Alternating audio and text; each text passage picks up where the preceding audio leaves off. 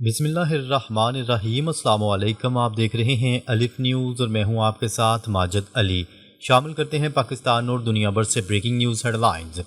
ایران نے جنگ کے دوران خفیہ طریقے سے چین کو تیل کی بڑی سپلائی جاری رکھی۔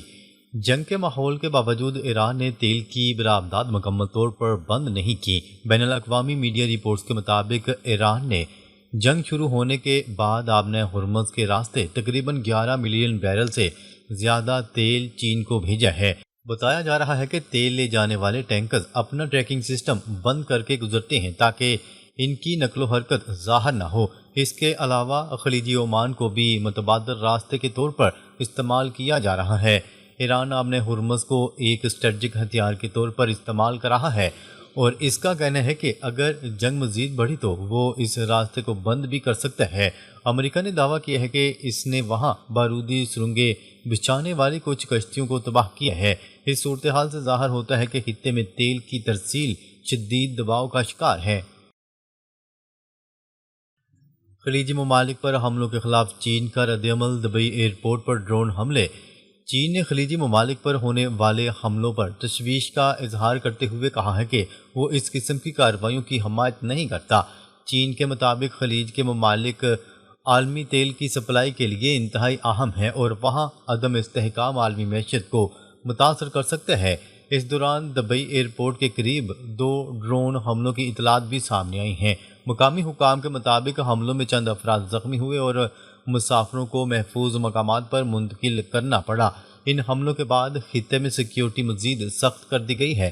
مبصرین کا کہنا ہے کہ اگر خلیجی ممالک میں حملے بڑھتے ہیں تو عالمی تیل کی قیمتوں اور تجارت پر بڑا اثر پڑ سکتا ہے۔ روس کی ممکنہ مدد اور جنگ کے پھیلنے کا خدشہ بڑھ گیا۔ بین الاقوامی میڈیا رپورٹس کے مطابق روس ایران کو انٹیلیجنس معلومات فراہم کر رہا ہے جس سے ایران کو حملوں میں مدد مل رہی ہے۔ یوکرین کے صدر نے بھی دعویٰ کیا ہے کہ روس ڈرون اور میزائل ٹیکنالوجی کے ذریعے ایران کی مدد کر رہا ہے۔ بعض تجزیہ کاروں کا کہنا ہے کہ اگر جنگ مزید پھیلی تو روس براہ راست بھی شامل ہو سکتا ہے۔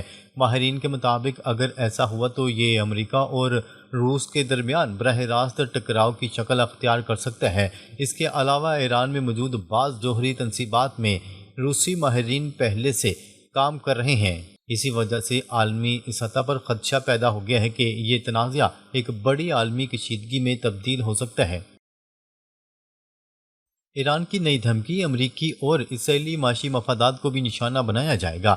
ایران نے اعلان کیا ہے کہ اگر اس پر حملے جاری رہے تو وہ صرف فوجی اہداف تک محدود نہیں رہے گا بلکہ امریکی اور اسرائیلی معاشی مفادات کو بھی نشانہ بنایا جائے گا۔ ایرانی حکام کے مطابق ٹیکنالوجی کمپنیوں، اقتصادی مراکز اور خطے میں موجود اہم تنصیبات کو بھی ہدف بنایا جا سکتا ہے۔ تجزیہ کاروں کا کہنا ہے کہ اگر ایسا ہوا تو خلیجی ممالک میں موجود بڑی عالمی کمپنیوں کے لیے خطرات بڑھ جائیں گے۔ اس سے سرمایہ کاری، کاروبار اور عالمی تجارت پر بھی منفی اثرات پڑ سکتے ہیں۔ اسی وجہ سے کئی ممالک خطے میں اپنے شہریوں اور کمپنیوں کی سیکیورٹی پر نظر رکھے ہوئے ہیں۔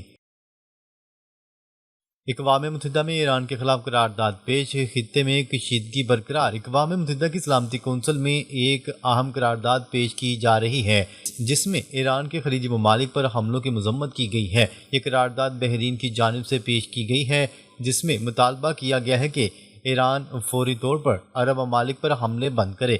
قرارداد میں ایران پر پروکسی گروپس کے استعمال کو روکنے کا بھی مطالبہ شامل ہے۔ تاہم بعض ممالک کا موقف ہے کہ اس تنازع کی اصل وجہ ایران پر ہونے والے حملے ہیں جن کی بھی مذمت ہونی چاہیے۔ ماہرین کا کہنا ہے کہ اگر سفارتی کوششیں ناکام رہیں تو یہ بحران مزید شدت اختیار کر سکتا ہے۔ اس وقت پوری دنیا کی نظریں سلامتی کونسل کے فیصلے پر لگی ہوئی ہیں۔ حزب اللہ نے اسرائیل کے سیٹلائٹ کمیونیکیشن سسٹم کو نشانہ بنایا، شدید نقصان۔ حزب اللہ نے مرکزی اسرائیل میں ایلات ویلی میں ایک اہم سیٹلائٹ کمیونیکیشن اسٹیشن پر درستگی سے میزائل داغے۔ حزب اللہ نے دعویٰ کیا ہے کہ یہ اسرائیلی فوج کا سائبر اور کمیونیکیشن ڈیفنس ڈویژن کا اسٹیشن تھا۔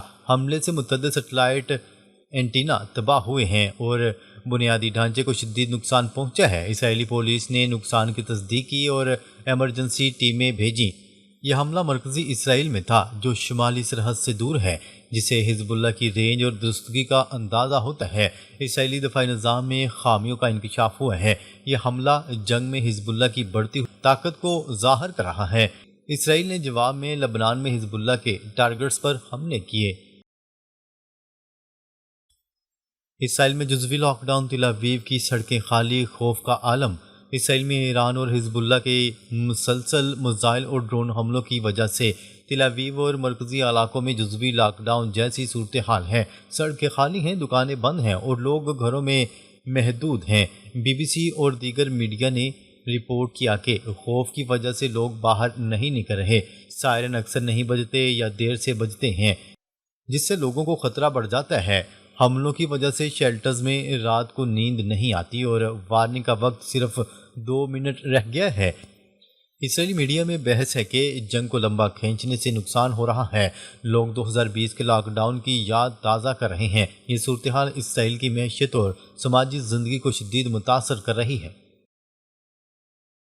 حزب اللہ کے مظاہروں نے اسرائیل کے انٹرسیپٹر کو ختم کرنا شروع کر دیا۔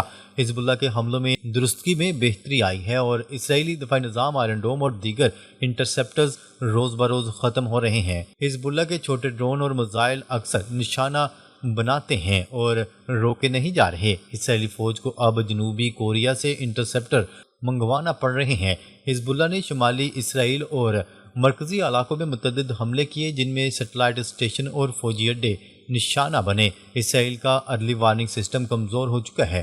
یہ حملے جنگ کو آر پار کی صورتحال بنا رہے ہیں۔ حزب اللہ کی قیادت ختم کرنے کے باوجود حملے جاری ہیں۔ اسرائیل کو اب گراؤنڈ فورسز بھیجنے کا دباؤ ہے۔ امریکہ کی بحریہ نے آبنہ ہرمز میں جہازوں کی حفاظت سے انکار کر دیا۔ امریکی بحریہ نے شپنگ انڈسٹری کی روزانہ درخواستوں کو مسترد کر دیا کہ وہ آبنہ ہرمز میں تجارتی جہازوں اور ٹینکروں کو فوجی تحفظ دے۔ امریکہ کا کہنا ہے کہ ایرانی ڈرون بورڈز اور مائنز کا خطرہ بہت زیادہ ہے۔ ٹرمپ نے پہلے وعدہ کیا تھا کہ بحری ٹریفک محفوظ رہے گی، لیکن اب انکار کر دیا گیا ہے۔ امریکہ کو خدشہ ہے کہ ایک وارشپ تباہ ہوئی تو عالمی سطح پر طاقت کا بھرم ٹوٹ جائے گا۔ گلف ممالک امریکہ کو تنقید کر رہے ہیں۔ ایران صرف چین کے جہازوں کو راستہ دے رہا ہے۔ یہ انکار امریکہ کی کمزوری کو ظاہر کر رہا ہے۔ جنگ میں امریکہ تنہا ہو رہا ہے۔ یمن کے حوثی بھی جنگ میں شامل ہونے کے لیے تیار، ریڈ سی بند کرنے کی دھمکی۔ یمن کے حوثی گروپ نے ایران کی حمایت میں ریڈ سی میں بحری حملوں کی دوبارہ شروعات کی دھمکی دے دی۔ حوثیوں کا کہنا ہے کہ امریکہ اسرائیل کی کارروائیوں پر رد عمل دیں گے۔ ریڈ سی سے تیل کی سپلائی روکنے کی تیاری ہو رہی ہے، جو عالمی معیشت کو شدید متاثر کرے گی۔ یہ اقدام جنگ کو مزید وسیع کر سکتا ہے۔ حوثیوں نے پہلے بھی بحری حملے کیے تھے جو 2025 میں رک گئے تھے، اب ایران کی جنگ سے دوبارہ فعال ہو رہے ہیں۔ امریکہ کے پاس محدود آپشنز ہیں۔ یہ صورتحال تیل کی قیمتیں مزید بڑھا سکتی ہیں اور عالمی بحران پیدا کر سکتی ہیں۔ اسرائیل نے جنوبی لبنان میں وائٹ فورس کا غیر قانونی استعمال کیا۔ ہیومن رائٹس واچ نے رپورٹ کیا ہے کہ اسرائیلی فوج نے 3 مارچ 2026 کو جنوبی لبنان کے شہر یہمور میں رہائشی علاقوں پر آرٹلری سے وائٹ فورس کے گولے داغے۔ تصاویر سے تصدیق ہوئی ہے کہ یہ گولے گھروں کے اوپر پھٹے، جس سے آگ لگ گئی اور شہریوں کو شدید خطرہ ہوا۔ وائٹ فورس ایک خطرناک کیمیکل ہے جو جلد اور سانس کی نالی کو شدید نقصان پہنچاتا ہے۔ یہ استعمال بین الاقوامی قوانین کی خلاف ورزی ہے۔ اسرائیل نے اس کی تصدیق نہیں کی، لیکن شہریوں کی حفاظت کا دعویٰ کیا۔ لبنان میں یہ پہلا واقعہ نہیں، پہلے بھی ہیومن رائٹس واچ نے ایسے الزامات لگائے تھے۔ امریکہ نے آبنہ ہرمز کے قریب ایران کے 16 مائنز بچھانے والے جہاز تباہ کر دیے۔ امریکی سینٹرل کمانڈ نے ویڈیو جاری کر دی جس میں آبنہ ہرمز کے قریب ایرانی بحریہ کے متعدد جہازوں بشمول 16 مائن بچھانے والے جہازوں کو تباہ کرنے کی فوٹیج جاری کی۔ یہ حملے جنگ کے دوران ایرانی بحری طاقت کو کمزور کرنے کے لیے کیے گئے۔ آبنہ ہرمز کو بند کرنے کی دھمکی دے رہا ہے، جس سے عالمی تیل کی سپلائی متاثر ہو رہی ہے۔ امریکہ کا کہنا ہے کہ وہ اس اہم راستے کو کھلا رکھے گا۔ ڈونلڈ ٹرمپ نے ایران کو خبردار کیا ہے کہ مائنز بچھانے کی کوشش پر جہاز تباہ کر دیے جائیں گے۔ امریکہ اور اسرائیل کے ایران پر شدید حملے جاری۔ نیو یارک ٹائمز نے رپورٹ کیا ہے کہ ڈونلڈ ٹرمپ اور ان کے مشیروں نے ایران کے رد عمل کو کم سمجھا تھا۔ انہیں لگا تھا کہ ایران محدود جواب دے سکتا ہے جو 2025 میں ہوا تھا، لیکن ایران نے طاقتور میزائلوں اور ڈرون سے حملے کیے۔ آبِ ہرمز کو بند کرنے کی دھمکی کو سنجیدگی سے نہیں لیا گیا۔ اب تیل کی سپلائی متاثر ہو رہی ہے اور امریکہ کو حکمت عملی تبدیل کرنا پڑ رہی ہے۔ ڈونلڈ ٹرمپ کا دعویٰ ہے کہ جنگ مکمل کامیاب ہے، لیکن اندرونی طور پر مایوسی ہے۔ ایران نے لمبی جنگ کی تیاری کا اعلان کیا ہے۔ اسرائیل میں بھی مسلسل الرٹس اور حملے جاری ہیں اور یہ غلط اندازہ جنگ کو لمبا کھینچ رہا ہے۔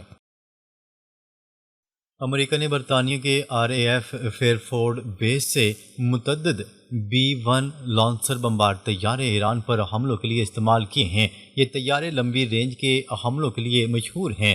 برطانیہ نے دفاعی مقاصد کے لیے بیس استعمال کی اجازت دی، لیکن براہ راست جنگ میں شرکت کرنے سے انکار کر دیا۔ یہ حملے ایران کے میزائل سائٹس اور دیگر اہداف کو نشانہ بنا رہے ہیں۔ جنگ کے آغاز سے یہ بیس استعمال ہو رہی ہے۔ امریکہ نے ایران کی بحری طاقت کو کمزور کرنے کے لیے بحری حملے بھی کیے۔ یہ کارروائیاں جنگ کو مزید شدید بنا رہی ہیں۔ عالمی سطح پر توانائی کی سپلائی اور معیشت پر اثرات بڑھ رہے ہیں۔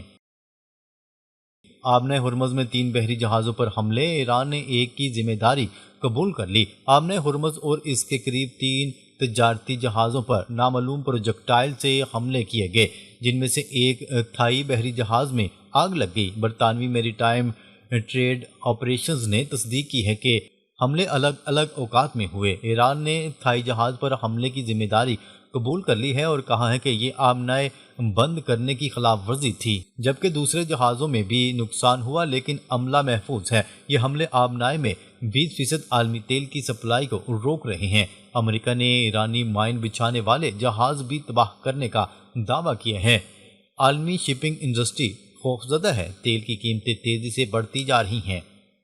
ناظرین، اب تک کے لیے اتنا ہی۔ مزید خبریں لے کر بہت جلد آپ کی خدمت میں حاضر ہوں گے۔ تب تک کے لیے اپنا خیال رکھیے گا۔ اللہ نگہبان۔